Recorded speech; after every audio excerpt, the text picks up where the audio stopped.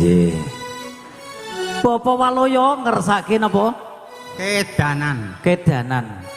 Kedanan kali sinten Bapak? Para cewek-cewek. Heeh. Tibake ya. Rampan piye? Ayo kong, ngene kong. Wong nek esuk ngalor kok ya. Aku dhewe yo ngerti anggarane cek ting. Ya mbuh aku dhewe yo pokoke nek barang ting ngalor. Tasik ting ta, Bu? Tasik. Tasik kaya sembrono. Seragane Mas sing tublak tuktak to Mas. Cublak suweng. Heeh, nggih. Monggo Bapak Waloyo.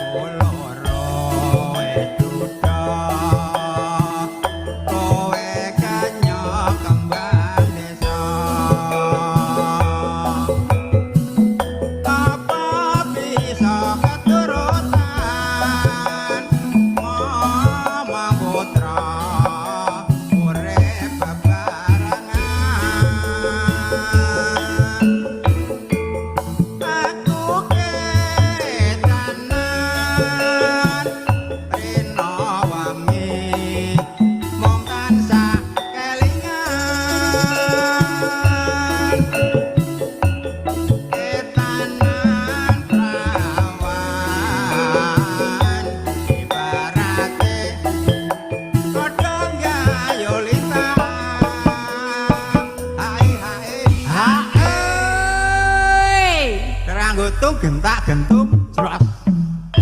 Iya. Tung jelas. Jelas.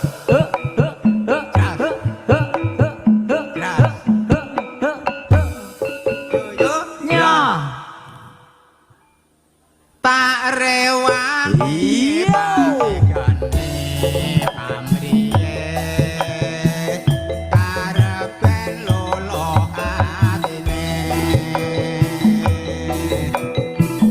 aku ora bakaraki oh sliramu priyata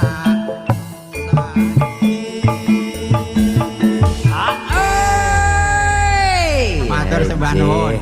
Matur sembah nuwun katur kejo dhateng panjenengan Bapak